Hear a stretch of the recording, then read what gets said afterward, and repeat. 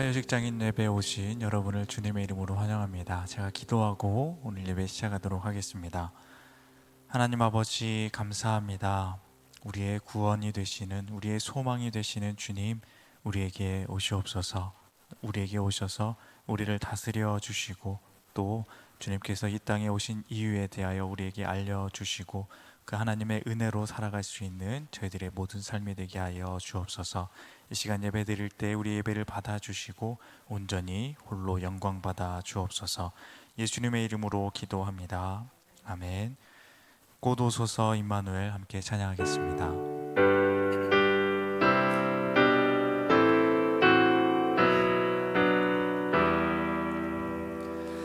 곧 오소서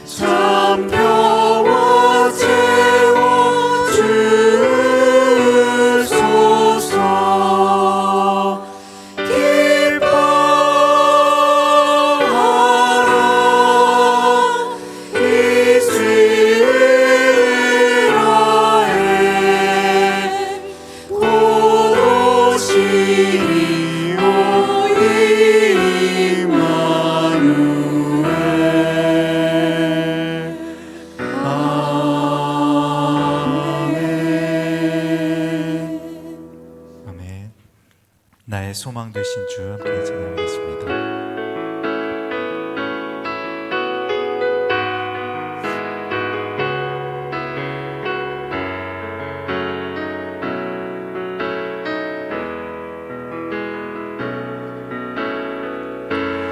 나의 소망 되신 주를 바라봅니다.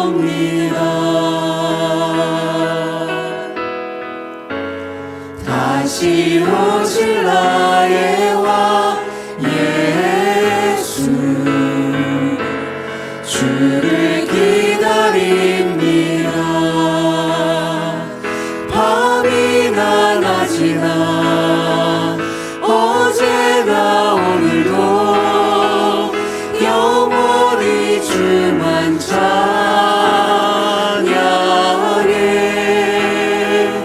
괴롭고 슬플 때 낭망하여 넘어져도 언제나 주만 찬양하겠네. 다시 한번 나의 소망 되신 주, 나의 소망 되신 주, 주를 바라봅니다.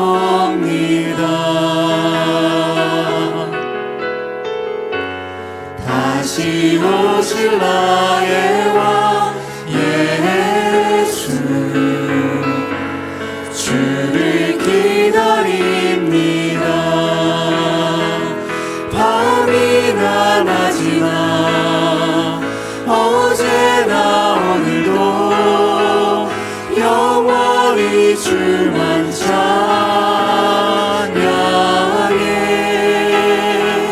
괴롭고 슬플 때 낙망하여 넘어져도 언제나 주만 찬양하. 밤이나 낮이나 밤이나 낮이나 어제나 오늘도 영원히 주만 찬양해.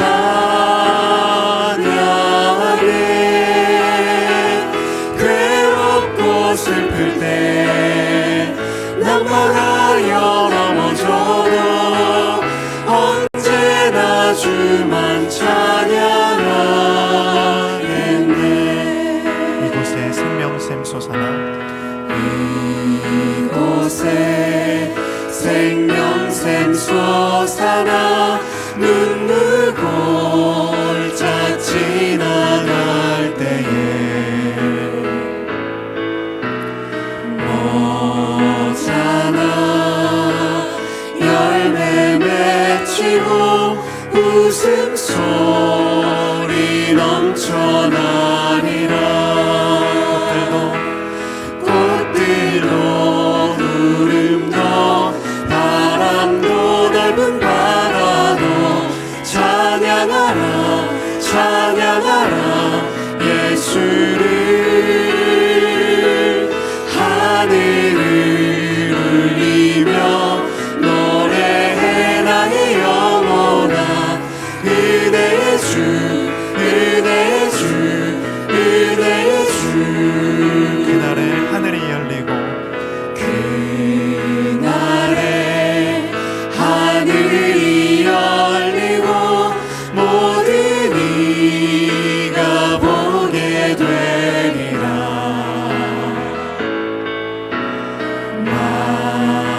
마침내 꽃들이 피고 영광의 주가 오시리라. 꽃들도 구름도 바람도 넓은 바다도 찬양하라 찬양하라 예수를. 하늘을 울리며 노래해 나의 영혼아. 은혜의 주 은혜의 주 은혜의 주. 우리 2절 다시 한번 하겠습니다. 그날에 하늘이 열리고 그날에 하늘이 열리고 모든 이가 보게 되리라. 마침내 꽃들이 피고 영광의 주가 오시리라. 꽃들도 구름도 바람도 넓은 바다도 찬양하라 찬양하라 예수를. 하늘을 울리며 노래해 나의 영혼아. 은혜의 주 은혜의 주 은혜의 꽃들도 구름도 꽃들도 구름도 바람도 넓은 바다도 찬양하라 찬양하라 예수를. 하늘을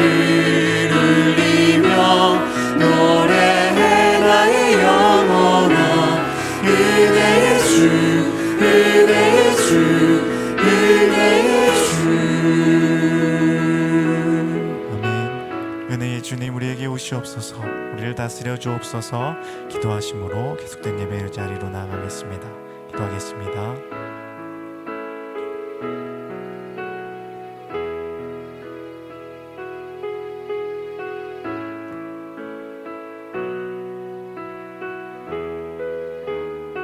기도하시겠습니다. 거룩하시고 자비로우신 만군의 여호와 우리 아버지 하나님, 믿음의 백성들로 오늘 이 시간 귀한 사람들로 모이게 하시고 2025년 처음부터 지금 이 시간까지 함께 하심을 진정 감사를 드립니다. 아버지께서 함께 하심으로 참으로 귀한 사람들로 우리가 무엇을 할 수 있겠나이까. 날마다 기도하고 예배하는 자들 위해 성경은 능히 그리스도 예수 안에 있는 그 믿음을 말미암아 구원에 이른다 하셨사오니 그 지혜를 받은 우리들로 처소마다 심령마다 머리 위에 아버지께서 능력의 능력을 더하시고 이제 영은 교회의 머리 위에 밝은 빛으로 드러내시고 그 걸음을 우리도 쫓아가는 증인의 삶이 되게 하여 주시옵소서. 이 시간 말씀을 전하시는 목사님 입술을 주장하시사 살아계셔서 역사하시는 하나님의 순종을 우리가 한 걸음 한 걸음 쫓아갈 수 있는 믿음의 백성들로 하나님의 사람으로 세워 주시옵소서. 함께하여 주시옵시를 빌고라며 감사를 드릴 때 우리를 구원하신 예수 그리스도로 간절히 기도 올리옵나이다. 아멘.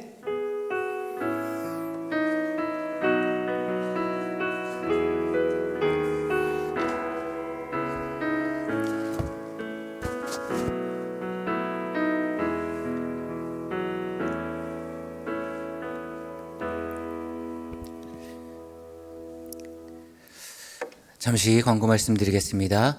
화요 직장인 예배에 참석하신 여러분을 주님의 이름으로 환영합니다. 처음 오신 분들에게 선물을 드립니다. 나가실 때 로비에서 받아가시기 바랍니다.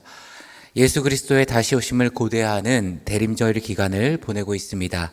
또한 성탄절을 맞이하여 화요 직장인 예배에서는 12월 23일 작은 행사와 선물을 준비했습니다. 23일 화요일에 사랑하는 분들과 함께 오시면 좋을 것 같습니다. 중보기도 신청서가 예배실 입구에 있습니다. 중보기도가 필요하신 분들은 기도 제목을 작성하시어 넣어주시면 함께 기도하겠습니다. 예배를 마치고 7층 친교실로 가시면 식사를 하실 수 있습니다. 더 기도하기 원하시는 분은 이곳 본당 예배당에서 1시까지 개인 기도가 가능하십니다. 성도의 교제 시간입니다. 함께 예배하는 분들과 서로 인사하실 때 주님의 이름으로 축복합니다. 인사하시겠습니다. 주님의 이름으로 축복합니다. 오늘 우리에게 주시는 하나님의 생명의 말씀은 마태복음 1장 1절의 말씀입니다. 순서지 하단에 있습니다. 제가 하나님의 말씀을 봉독하겠습니다. 아브라함과 다윗의 자손 예수 그리스도의 계보라. 아멘. 오늘은 그가 이 땅에 오신 이유라는 제목으로 하나님 말씀 증거하도록 하겠습니다. 우리가 12월 성탄 주일까지 주님의 오심을 한 주 한 주 기다리는 대림절의 시간을 보내고 있습니다. 신약 성경은 구약과 신약에서 단순히 한 장만 넘기면 되지만 역사적으로는 이 구약과 신약 사이에는 400년이라는 시간의 차가 존재합니다. 그렇다면 신약 첫 장을 시작하는 마태복음 1장은 좀 더 화려하고 웅장하고 좀 더 휘황찬란하게 시작해 볼 만한데 1장을 시작하며 우리가 처음 맞이하는 내용은 바로 예수님의 족보에 대한 내용입니다. 누가 누구를 낳고 생소한 이름들이 쭉 나오죠. 어찌 보면 한번 읽어볼까 들었다가 첫 장부터 지루하고 따분하게 여겨질 수 있는 내용들이 신약의 가장 첫 장에 기록되어 있습니다. 흔히 마태복음의 저자는 예수님의 12제자 중 마태라고 보는데요. 이 사람의 직업은 뭐였냐?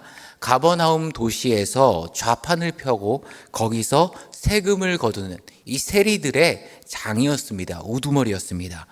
왜 이 사람의 직업이 중요하냐? 우리가 이 직업만으로도 몇 가지 그에 대해서 유추할 수 있는 사실들이 있기 때문에 그렇습니다. 첫 번째로는 학력의 수준이 굉장히 높았을 거라 추측합니다. 기본적으로 세리니까요. 세금을 매기려면 계산을 잘해야 되겠죠. 뿐만 아니라 그것들을 꼼꼼히 정리하고 기록할 수 있어야 됩니다.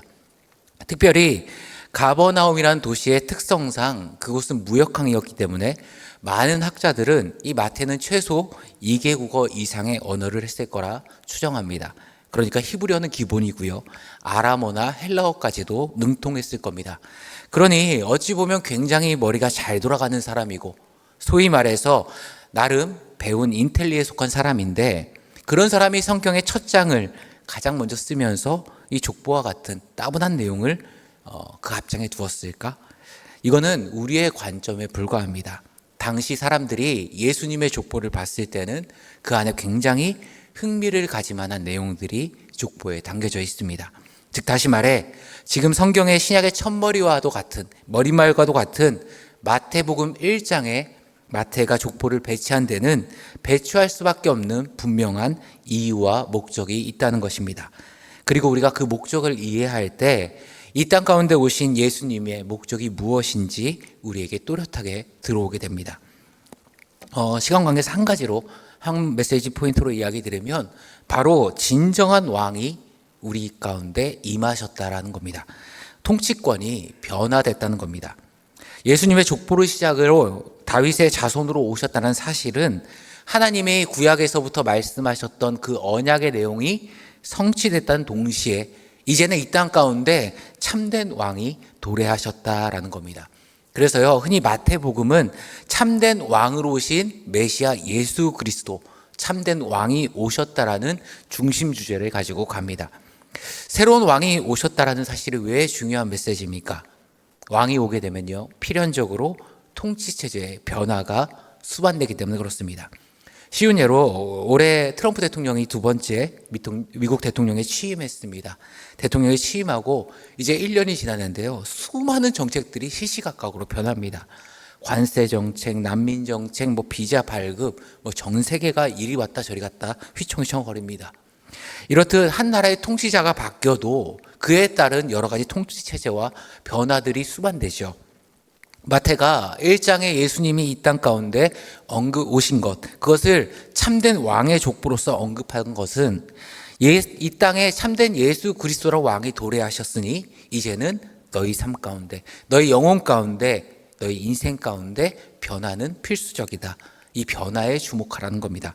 그 변화는 무엇인가? 로마서 5장 17절에 보게 되면은 한 사람의 범죄, 이것은 아담의 범죄를 이야기합니다. 아담으로 말미암아 사망이 그 한 사람을 통하여 왕노릇하였은즉, 즉 구약 시대는 아담의 범죄로 인해 우리의 인생을 지배했던 것이 뭐냐? 죄라는 것이 우리의 인생을 지배했고 그 대가는 사망일 수밖에 없었다는 겁니다. 그런데 누구를 통하여? 한 분 예수 그리스도를 통하여 생명 안에서 왕노릇하리라.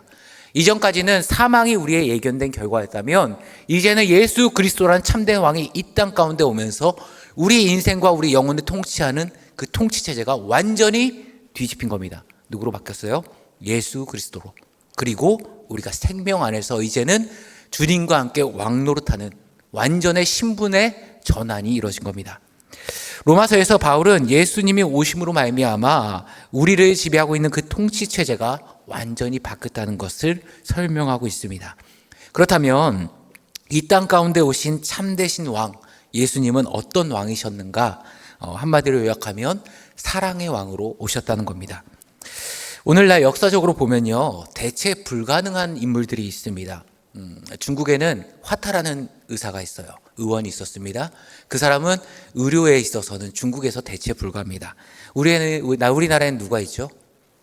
허준이라는 인물이 있죠. 허준이 동기부감을 썼는데요. 지금 동기부감을 보면요, 정말 말도 안 되는 내용들이 기록되어 있습니다. 예를 들면 사내 아이를 얻는 방법에 대해서 기록되어 있습니다. 또 더 말이 안 되는 건 뭐가 있냐면 투명 인간이 되는 방법에 대해서 기록되어 있습니다. 현대 과학에는 말로 설명할 수 없는 이런 터무니없는 내용들이요, 동의보감에 수록되어 있는데 그럼에도 불구하고 동양 한의학에서 허준을 가장 최고로 칩니다. 왠지 아십니까? 허준의 동의보감에는요, 백성을 사랑하는 마음, 안타깝게 여기는 그 마음이 고스란히 녹여져 있기 때문에 그렇습니다. 사내 아이를 낳는 방법 왜 들어가 있을까요? 당시 임시만 하면 여성들이 불안했습니다. 이번에 또 딸이면 어떡하지? 어떡할까 불안하다 보면 그 산모가 불안한 그 모든 정서적인 문제, 육체적인 문제들이 아이에게도 영향을 미치기 때문에 정서적으로 육체적으로 안정시키기 위해 그것을 수록한 겁니다. 그렇다면 투명인간 되는 법은 왜 넣었을까요? 우리나라에 임진왜란, 병자호란 겪으면서 수많은 사람들이 백성들이 죽어나갔습니다. 언제 죽을지 몰랐어요. 덜덜덜 떨고요. 그 두려움으로 인해서 정신착락을 일으키는 백성들이 상당히 많았고 비일비재했답니다. 그들에게 안정을 주기 위한 처방이 이 투명인간이 되는 방법, 이런 식으로 실었던 겁니다. 그러니까 의학계에서는요, 실력은 고사하고 그 실력 플러스 가장 최고를 누구시냐? 허준으로 칩니다. 마찬가지로 성경에서 이스라엘뿐만 아니라 우리나라의 역사 그리고 세계 각국에서도 가장 선한 왕이라고 인정받는 인물들에게는 필수적인 공통 요소가 있는데요. 첫째는 군사력이 강해야 됩니다. 두 번째로는 경제적 부를 이루어야 됩니다. 그런데 이 역사적으로 이 두 가지를 이룬 왕들이 의외로 많습니다. 하지만 그들은 능력 있는 왕이라고 일컬음을 받지 결코 선한 왕, 위대한 왕이라고 일컬음을 받지 못합니다. 여기 두 가지 요소에 한 가지가 더 추가가 돼야지 비로소 모든 사람이 존경하는 대왕이라는 칭호를 받게 되는데요. 그게 뭐냐? 바로 애민정신입니다. 백성을 사랑하는 왕, 백성을 진심으로 자기 자녀와 가족처럼 여기는 왕이어야지 대왕이라는 칭호를 받게 됩니다. 이런 관점에서 보게 되면 이 땅 가운데 오신 예수님 어떤 왕이십니까? 모든 능력의 이름 위에 뛰어난 이름으로 능력과 권세의 왕이십니다. 동시에 그 백성을 너무나도 사랑하시는 왕이죠. 지배자나 통치자로서의 왕이 아니라 백성을 너무나도 사랑하셔서 자기를 아낌없이 내어주신 왕입니다. 오늘 족보에는 하나님의 아들이 이 땅 가운데 오셔서 결국에는 자기 목숨까지 내어준 백성들이 어떤 사람들이었는지를 보여주고 있는데요. 5명의 여인의 이름으로 보여줍니다. 이 족보에는 5명의 여인들이 등장하는데요. 하나같이 자신들만의 아픔을 가졌던 여인입니다. 다말이란 여인은요, 시아버지와 잠자리를 통해서 아이를 낳은 여인입니다. 어찌 보면 여성으로서 수치와 수모를 감당한 결정이었고 끊임없이 그 일이 회자될 때마다 죄인처럼 고개를 들지 못하고 평생 시아버지를 통해 출산한 여인이라는 꼬리표를 달고 살았을 겁니다. 두 번째 여인인 라합이라는 기생은요, 이스라엘 백성이 여리고를 점령할 때 정탐꾼을 숨겨준 그 일로 구원을 받게 되지만 자신이 살아온 생계를 위해 자신의 몸을 성적 도구로 팔아야 했던 아픔을 가진 여인이었습니다. 세 번째 등장하는 룻이란 여인은요, 하나님의 선택받은 백성 이스라엘 사람이 아닌 모압이라는 이방인 출신입니다.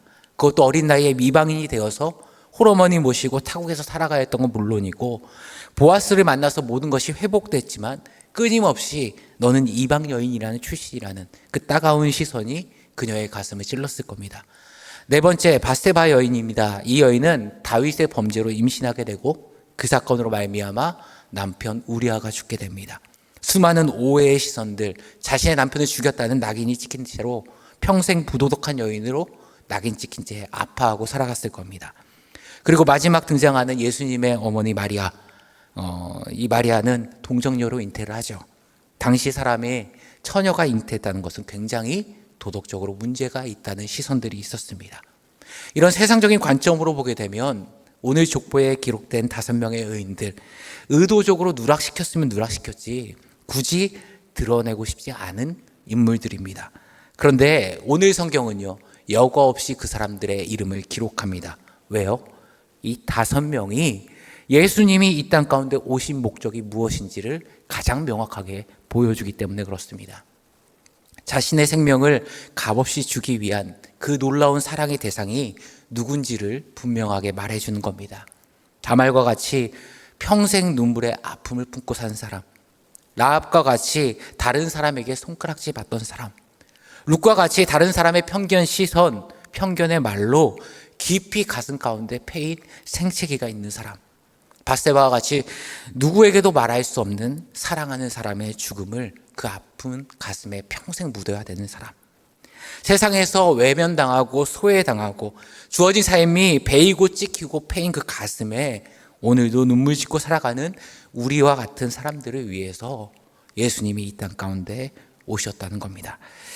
오늘 말씀을 정리하도록 하겠습니다. 마태복음 1장은 예수님이 이 땅 가운데 오신 이유에 대해서 말씀하고 계십니다.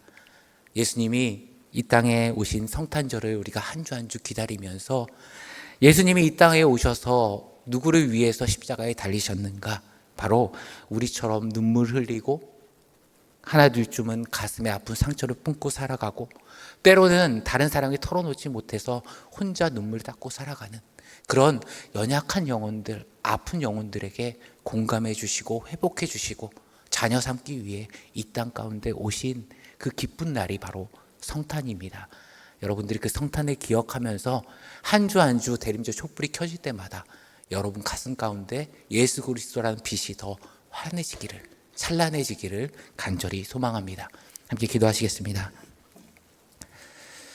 참 좋으신 하나님 아버지, 주님의 십자가 사랑으로 우리를 자녀 삼아 주시고 주님의 독생자 예수 그리스도를 이 땅 가운데 우리의 구원을 위해서, 우리의 생명을 위해서 보내주심에 감사를 드립니다. 이 대림절의 기간을 보낼 때 우리 마음 가운데 예수 그리스도의 빛이 더욱 또렷해지게 하시고 주님을 닮아가고자 하는 우리의 삶의 모습들이 아름답게 이어질 수 있도록 축복하여 주옵소서. 이 시간 주님께서 주신 은혜에 감사하며 귀한 봉헌의 예물을 드립니다. 정성 어린 손길 가운데 물이 바다 덮음과 같은 은혜로 함께하여 주시고 겸하여 드리는 소원과 기도의 제목 가운데 하나님의 아름다운 길로 응답하여 주옵소서. 또한 이 예물이 소용되는 곳곳마다 주님의 나라와 십자가 복음이 확장되는 축복의 도구, 복음의 도구가 되게 하여 주옵소서. 이 모든 기도 예수 그리스도의 이름으로 봉헌 기도드리오며 이제는 우리 주 예수 그리스도의 은혜와 하나님 아버지의 그 크신 사랑하심과 성령님의 감화 감동 충만케 하심과 교통하심이 이 한 주 살아갈 때 나를 위해서 이 땅 가운데 오신 그 예수님을 기억하며 주님과 동행하는 삶을 살아가겠습니다.